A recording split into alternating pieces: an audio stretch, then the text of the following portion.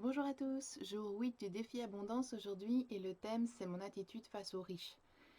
Alors il y a quelques temps, enfin il y a quelques jours plutôt, j'avais fait mon tableau des croyances expulsées justement à partir d'un exercice de Julia Cameron.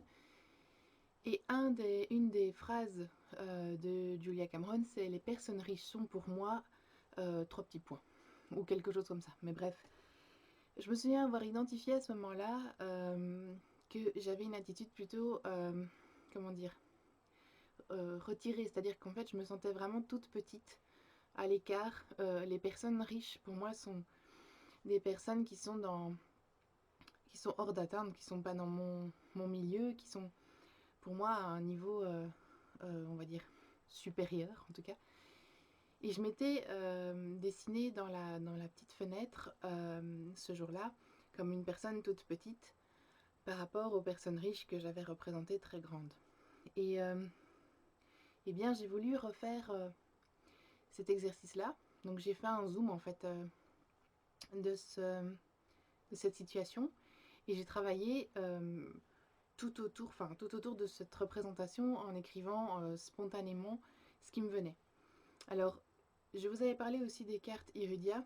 Je vous promets, j'en fais pas la pub, mais je sais pas pourquoi j'ai eu envie de retourner dans le jeu de cartes pour aller identifier un peu tous les sentiments que j'avais par rapport à ce défi. Et, euh, et en fait, je me suis rendu compte que euh, j'avais pas seulement un problème avec les personnes qui sont, on va dire, riches, que je trouvais inatteignables, mais aussi par rapport à simplement un chef ou un manager qui est mon N plus 1, N plus 2, N plus 3, enfin bref.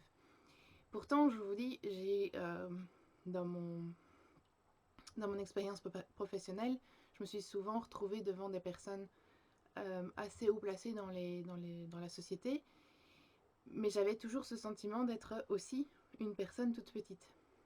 Et quand j'ai épluché en fait toutes les cartes de Chantal Laure, donc les cartes Irudia, il y en a quelques-unes qui ont fait référence à cet aspect où je me sentais toute petite.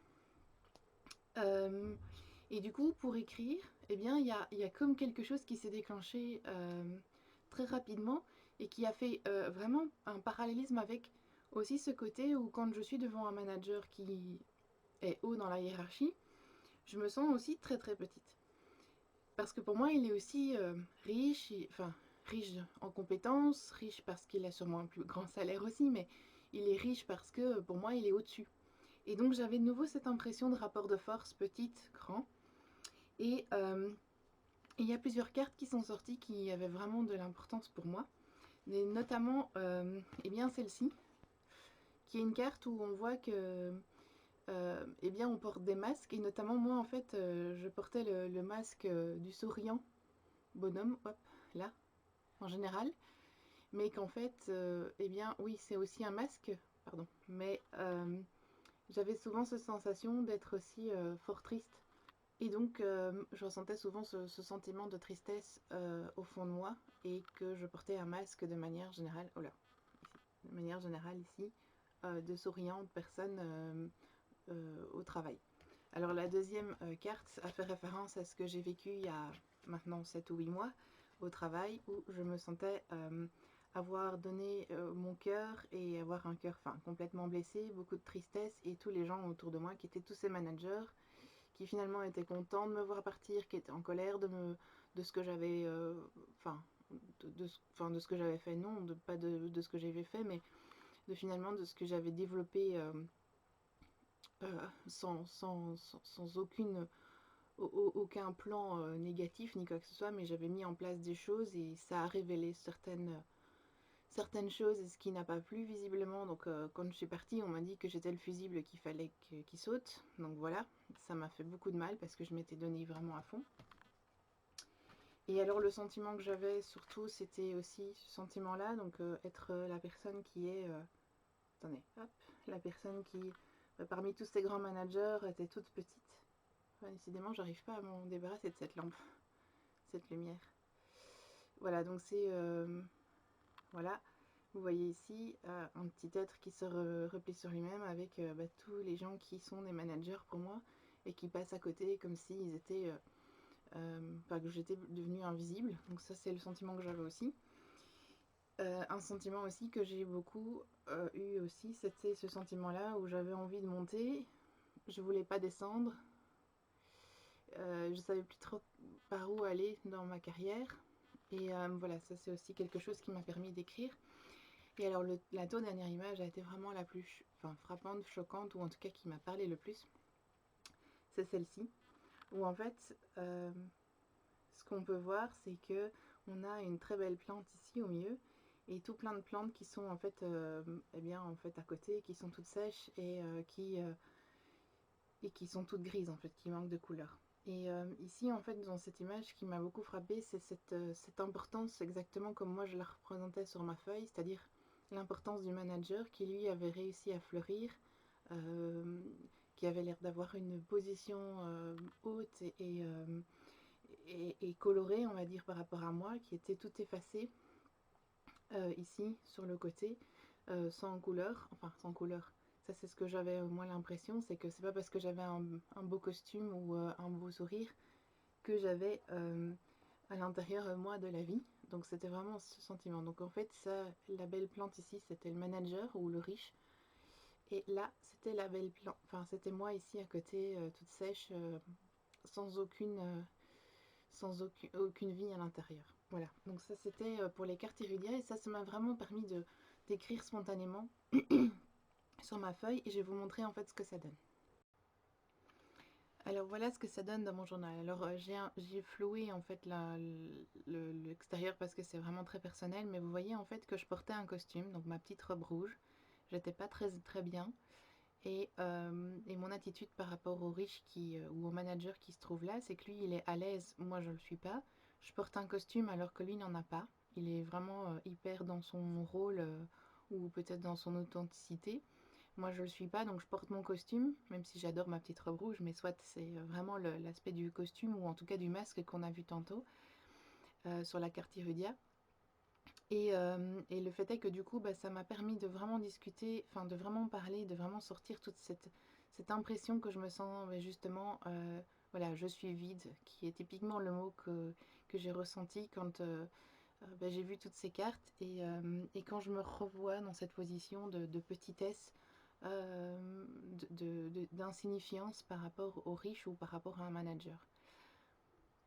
Alors enfin, pour terminer l'exercice, puisque j'avais assez dit sur la situation, j'ai représenté ensuite ce que j'avais mis aussi dans mon tableau des croyances expulsées, où je m'étais mis d'égale hauteur par rapport aux riches ou aux managers.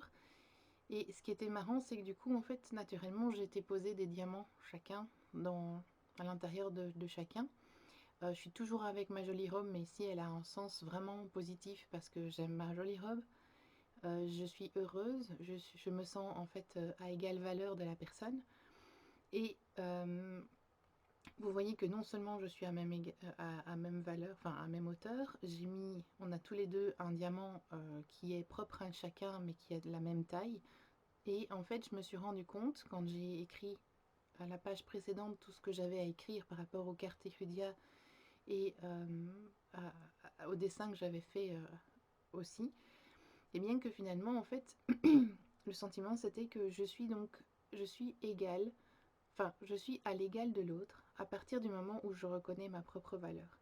Et ça, c'est vraiment quelque chose que j'ai ressenti ces derniers temps, c'est que je n'avais jamais montré ma valeur, outre qu'appliquer évidemment des théories de gestion de projet, des théories techniques. Donc ça, oui, effectivement, j'avais ma valeur à ce niveau-là, mais ça restait du théorie, ça restait pas vraiment l'expérience personnelle. Et je me suis rendu compte que vu que tout ce que j'ai mis en place depuis 7 ou 8 mois maintenant, et bien maintenant en fait j'ai vraiment donné de moi-même. Et du coup, même si je rencontre un jour une personne riche ou même un manager, et ça je l'ai vu il y a pas longtemps, je me sens d'égal à égal avec la personne. J'ai même l'impression d'avoir enfin ma place en fait dans un monde on va dire, qui me faisait très peur avant et qui me rendait vraiment insignifiante. Parce qu'en fait, sur les 7 ou 8 mois, j'ai remarqué qu'en mettant des choses en place dans ma vie, en faisant des choses avec ma couleur, avec mon diamant, Eh bien, j'avais enfin affiché ma valeur, j'avais enfin quelque chose. Maintenant, je ne suis plus juste la chef de projet qui fait son projet. Je suis plein d'autres choses. Et même si j'étais déjà maman avant, maintenant je suis vraiment heureuse d'être maman parce que je prends mon rôle vraiment à cœur et j'ai l'occasion de le prendre à cœur. J'ai l'occasion d'être avec mes enfants et de faire à fond ce rôle-là qui me fait du bien. Donc je me rends compte qu'aujourd'hui j'ai plus d'ancrage, j'ai plus de... je suis plus vivante et devenue vivante grâce au fait que j'ai mis en place des choses dans ma vie qui met en fait, enfin qui me met, qui me rend vulnérable, mais qui finalement est plus authentique. Et en faisant ces expériences authentiques, eh bien aujourd'hui je suis fière de dire que je ne suis pas juste une chef de projet, mais plein d'autres choses à côté. Et ça me met de la valeur chez les autres.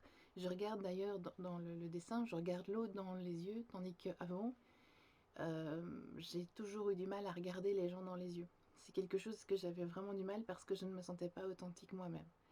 Et donc voilà, ça c'est tout. Enfin, moi, je suis super contente du trajet que je fais après seulement 8 jours dans le journal et dans le défi de Christian et Lilou parce que franchement, c'est juste de la dynamite quoi. Chaque jour, je suis contente d'aller explorer mon défi et, enfin, et de le faire dans mon journal parce que finalement, il y a comme plein de choses qui se dénouent, qui font vraiment du bien.